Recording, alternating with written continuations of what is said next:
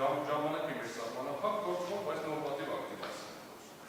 Սույն դատարանի կողմից չի կարող հաղթահարել իրավասություն չունենալու պատճառաբանությամբ եւ դրա համար օրենքները ասել է, որ նման հարց կլինի 17-րդ հոդվածի համապատասխանությամբ, որպես արձանագրությունը չհաղթահարած, քրեական հետախուզումը կդադարեցնել, այս է քննարկումը։ Հետևաբար, մեղադրանքի քննարկող հատվածը բովանդազատազուրկ է, այլ կերպ ասած, եթե այս դատարանը իրավասու չգնահատել նախագահի հրամանագրի սահմանադրության համապատասխանելով հարցը եւ փոխարենը պարտավոր է առաջնորդվել դրա սահմանադրական դիտարկման խավար կազմելով, ապա այդ մասով պարոն Քոչարյանի իր լիազորություններից դուրս գալու հանցավոր արարքի մասին խոսք լինել չի կարող։ Այսպիսով կարելի է արձանագրել, որ նույնիսկ առանց փաստաթղթի վերաբերյալ բովանդակային քննարկման ապրական դրության հայտարարումը որպես սահմանադրական գործընթաց իրականացվել է նախագահի սահմանադրության վերապահող լիազորությունների շրջանակներում։ Հետևաբար, այս բոլոր փաստերի առնչությամբ պարոն Քոչարյանը կոչված է գործառույթային կարգավորիչի բխող անդրադառնություններ։ Հարգելի դատարան ըստ էության երկրորդ մասով արգումենտացիա ամուսացում։ Այսպես սահմանադրությունը սահմանել է, որ երկու տարում կանոնություն է օրենքը։ Այդ ընթացքում նախագահան միջև օրենքի ընդունումը նախագահան վերաբերված է կարգավորիչի բխող գործողություններ կատարել։ Այդ օրենքը չեն ընդունել երկու տարվա ընթացքում, 2005-ից 2007 վերացել է։ Հետևաբար, ըստ դատախազության, նախագահի լիազորությունը դադարել է այլայնվելուց, եւ ապրական դրության ժամանակ Հայաստանի Հանրապետությունը եղել է անպաշտպան։ Սա է ասել։ Բայց երբ որ մենք վերենք լուծում կարգավիճակը, դա չի ասում երկու տարվա ընթացքում նախագահի իրավունքն, ասում միջև օրենքի ընդունումը։ Եվ ազգային ժողովը չնայած օրենքը չի ընդունել, բայց post-factum ինիկատուրում անմիջապես մի օր հետո անմիջապես դրություն սահմանելու որոշման այդ գիշերը վերահաստատել է։ Այսինքն տեսականորեն ազգային ժողովը բարար այդ օրենքը ընդունածին կարող է ընդունել, վերահաստատել է։ Այն արգումենտը, որ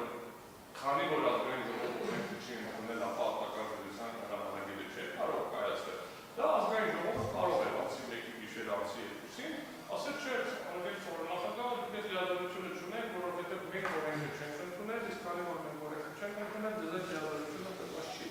Բայց այդպես չի եղել։ Եվ ելեմ ասում, ուրիշ բան է կարագրված չի մեղադրանքի մեջ։ Հետևաբար, այս կենտրոնական խնդիրն է, որովհետև հրամանագիրը սահմանում է նաև զինված ուժերի որոշակի պարտականությունները։ Հանրահայտնի մեղադրանքի կտորը նաև այն է, որ ինքը ըստ էության որպես զինված ուժերի անունից հայտարարություն արել։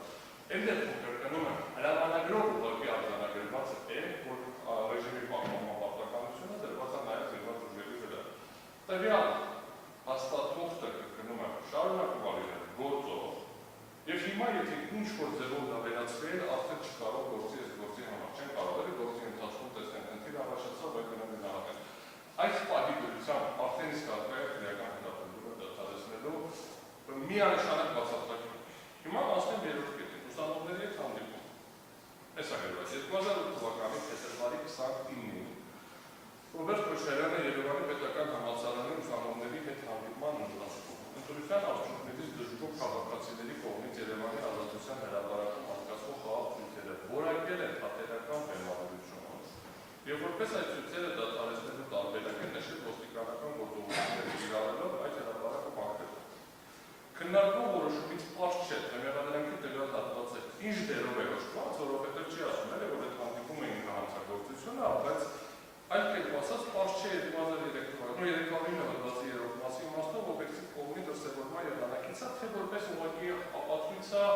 որ պրոցեսի հետ Ռոբերտ Քոչարյանը կապ ունի։ Անդրադառնալով հնարավոր առաջին տարբերակին պետք է նկատել, որ նախագահը իր կարգավիճակով պայմանավորված իրավասություն է հանդիպումներ անցկացնել հասարակության տարբեր անդամների եւ խմբերի հետ։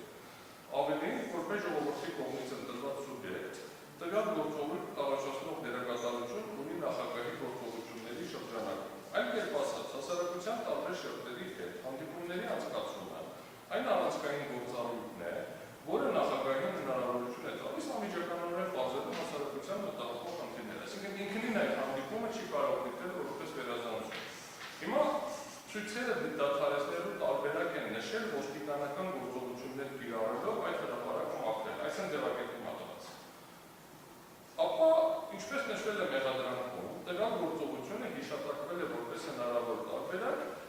ինչ իրավաչափ է եւ բխում է պետական համակարգության սպառնացող խնդիրների լուծման հնարավոր տարբերակներից, բայց ինչն է կարևոր։ Դատախազությունը Ռոբերտ Քոչարյանին չի մեղադրում,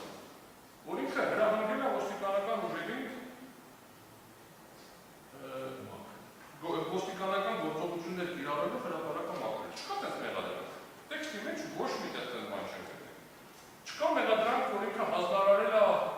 ինչ-որ մի այլ մարդու, որ հանձնարարի ոստիկանական ուժերին նման բան։ Չկա։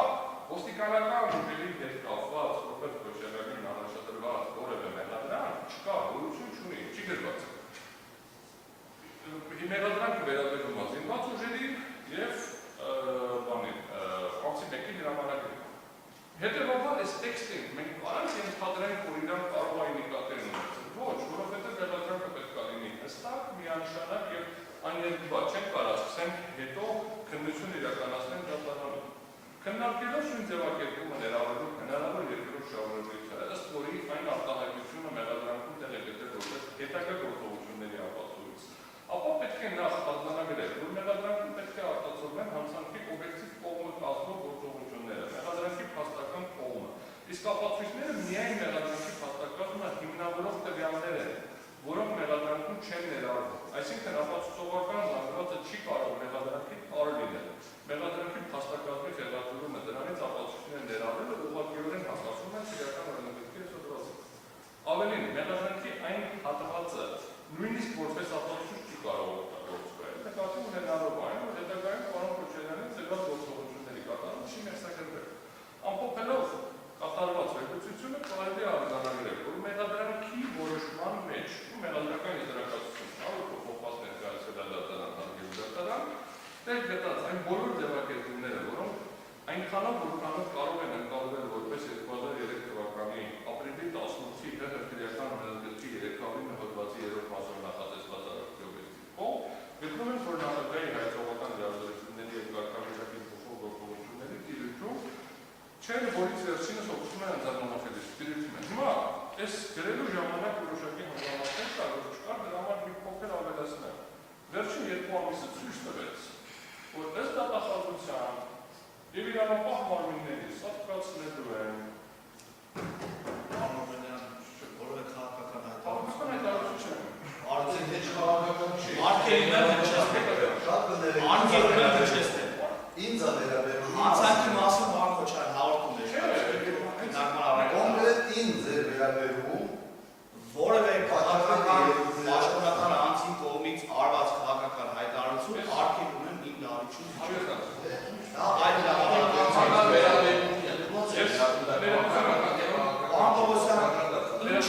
ինչ կապ ունի քաղաքական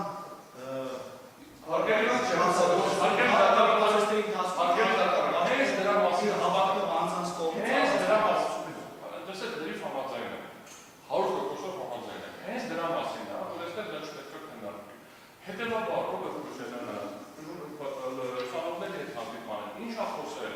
դատախազը ստեղ չպետք է հայտարարել։ Հետևաբար մեղադրանքից պետք է դուր գծես այդ 100% համաձայնել քաղաքական հայտարարությունները քրեատավարական կարգում չպետք է քննարկման առարկա հենց դա են բարձրաձայնում։ Ուղղակի հենց որ այսօրվան է վերաբերվում մի քիչ ավելի ընկալվող է լինում, հենց որ վերաբերվում է 18 տարի առաջվան արդեն ընկալվող չի։ Հենց դա է ուզում ասել հարգելի դատարան ձեզ այդ ամբողջությամբ։ Համաձայնում եմ եւ ես պետք է խնդրեմ կիրառել քրեական դատավարության օրենսգիրքը, որպեսզի քաղաքական հայտարարությունները, որոնք հնչել են 2008 թվականին, սույն դատարանում քննարկման առարկա չդառնան։ Շարունակենք։